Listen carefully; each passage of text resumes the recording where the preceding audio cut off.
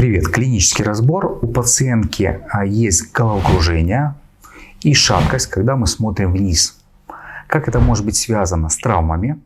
Я Забродин Михаил, врач-травматолог-ортопед, мануальный терапевт, специалист-преподаватель методики PDTR. И сейчас у нас разбор.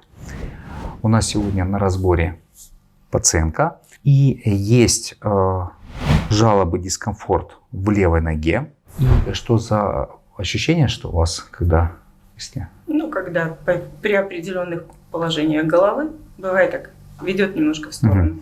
Это спокойно, конечно, может быть и проявление шейного остеохондроза, требует консультации невролога, обследования шейного отдела. Например, синдром позвоночной артерии. Но могут ли быть это функциональные нарушения? Каким способом мы можем это проверить? Смотрите, у меня есть, давите, сильная мышца, это рефлекс, давите. Видно отскок? Это то же самое, когда я буду стучать по сухожилию надколенника. То, что делает невролог. Далее. Через эту мышцу я могу проверить, есть ли нарушение, когда мы голову опускаем, просто глаза вниз. Появляется слабость. А закройте глаза и просто голову вниз опустите. Видите? Это не шея. Видно? То есть здесь есть какое-то влияние со стороны глаз. Это может быть на уровне черепно-мозговых ядер и, предположим, какая-либо травма, либо медицинское воздействие на уровне черепа. Это может быть проблема и травма на уровне нижней конечности. Это то, что происходит, когда вы травмируетесь. Первое, что вы делаете, там порезали палец. Многие из вас думают, что вы придавливаете. Первое, вы смотрите на эту зону и срабатывает часть противоболевой системы. И аналогично, если здесь была травма на ногах, то первое, что мы делаем, пациент смотрит в эту зону. И в этот момент может возникнуть дисфункция функциональная, которую мы можем убрать методом PDTR. Далее. Если мы все правильно предполагаем, давите, посмотрите на правую ногу, давите, сила, на левую ногу, слабость. То есть я ожидаю найти какое-либо нарушение на левой ноге. Это не означает, что у всех будут эти нарушения, и такой алгоритм подойдет. Но в данном случае мы привязываем клинику, жалобы пациента и мануальное мышечное тестирование. Далее ложитесь на спинку. Я тестирую мышцы по передней поверхности бедра, те мышцы, которые выносят ножку вперед. Тестируем правую ножку. Давите. Прекрасно. Давите. Левая. Прекрасно. Ножку отводите в сторону. Сила. Это, давите. Сила. Есть ощущение, что у нас пациент симулирует, но это еще не все мышцы. Тестируем внутреннюю поверхность бедер. Это те мышцы, которые поддерживают коленный сустав с внутренней поверхности и делают вот такое движение. На правой ноге дайте сила, а на левой ноге слабость. Вот эта слабость, возможно, связана вот с проявлениями с глазами. Слабость аддукторов, мышц приводящих. Левое бедро будет давать болезненность по внутренней поверхности коленного сустава. Это вот здесь. И напомню, что здесь мышцы в порядке. Здесь все мягко, спокойно. Аналогично. Ого, есть дискомфорт. Почему такой дискомфорт? Потому что при ходьбе эти мышцы не справляются со своей функцией и идет стрессовая нагрузка на связочный компонент. Лечить это связки без толку. Хотя вы, конечно, можете прикладывать какие-то народные средства, мази, крема, противовоспалительные, выполнять физиопроцедуры, воспаление будет уходить. Но при нагрузке снова будет воспаление. Фиксаторы могут помочь. Если я зафиксирую сейчас коленный сустав, дайте в сторону, мышцы включаются. Но стоит ли лечить коленный сустав? Вся проблема нашей медицины в том, что нас учат, меня как травматолога-ортопеда учили, болит колено, лечим коленный сустав. И есть головокружение, невролог лечит свое.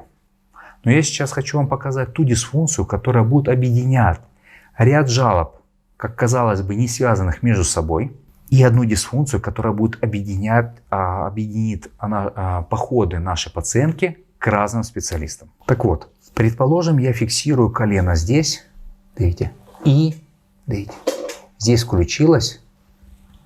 Но вот беда, вот здесь выключилась. И ваш фиксатор, смотрите, нога не держится.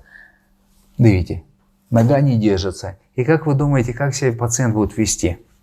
Он будет чувствовать, что ему с фиксатором плохо. Ну, он же деньги заплатил, конечно, он его будет носить. Никто его не выбросит. Это человеческие наши. Тогда проблема не в коленном суставе. Проблема где-то в другом месте. Далее мы спрашиваем, какие травмы были на этой ноге. Высока вероятность, что я проблему найду на этой ноге. На стопе было 3 травмы. 3 травмы. Там были переломы, повреждения, раны. 2 перелома и операция. Угу. И я вижу некий паттерн отдергивания, как будто вот здесь что-то было. Тогда я беру, придавливаю эту зону. Давите вовнутрь. Давите. Мышцы включаются. Если, например, боль в коленном суставе связана со стопой, то придавив эту зону, становится легче. Конечно, вы не можете гарантировать то, что, например, здесь проблему правильно нашли, здесь сохраняется воспаление, оно может пройти через 2-3 суток. И у кого-то такой заход не подойдет.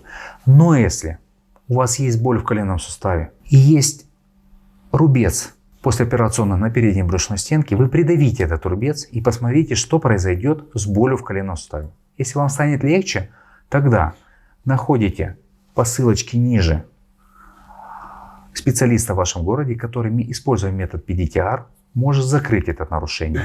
И когда вы придете на прием, скажете о том, что у вас боль в коленном суставе уменьшается, когда вы придавливаете рубец. У кого-то это будет зуб, у кого-то травма копчика, у кого-то перелом, у кого-то психоэмоциональное событие. Все уникальные, у каждого будет свое нарушение. Не ищите общих алгоритмов. Далее.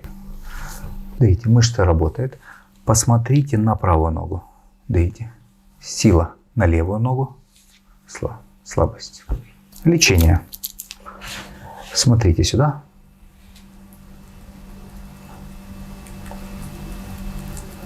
Здесь покалывание острым предметом. Если я все правильно собрал, тогда, видите, посмотрите на левую стопу. Видите, сила. Мышцы, приводящие бедро, видите, аддукторы. Сила. Прям классный рефлекс. Боль в коленном суставе. Нет вообще. Все равно, конечно, скажут, что заплатили, подговорили пациентку. Но у каждого из вас есть возможность, используя ранее тот алгоритм, который показал, найти ту зону, придавив которую боль уменьшится. Далее я тестирую мышцу. Видите, головочкой на левую ногу. Сила. Это не говорит о том, что 100% уйдет головокружение. Давайте так, потому что организм у нас устроен сложно. И когда вы хотите некий алгоритм, но если бы мы были примитивное создание, алгоритмы бы существовали. Мы сложное создание. И мозг сложный, поэтому у каждого будет свой алгоритм. И, конечно, это не исключает, если проблема с головокружением будет сохраняться или вот такими ощущениями, нужно будет обследовать шейный отдел позвоночника, сходить к неврологу, но с высокой долей вероятности мы попали в то, что создавало нарушение у нашей пациентки. Отпускаем. Все хорошо, будьте здоровы. Давайте подведем итог. В очередном видео вы увидели, что в нашем теле все связано. Есть ощущение пошатывания при наклоне головы и взгляде в левую сторону. Есть боль по внутренней поверхности коленного сустава, слабость приводящих мышц. И все это было связано с травмой на левой стопе. Мы закрыли методом PDTR. Пациентке стало легче. Все вопросы были решены. Если хочешь также, переходи по ссылочке ниже. Записывайся на наши семинары, мы тебя научим. С вами был Забродин Михаил. Всем пока, будьте здоровы, не болейте.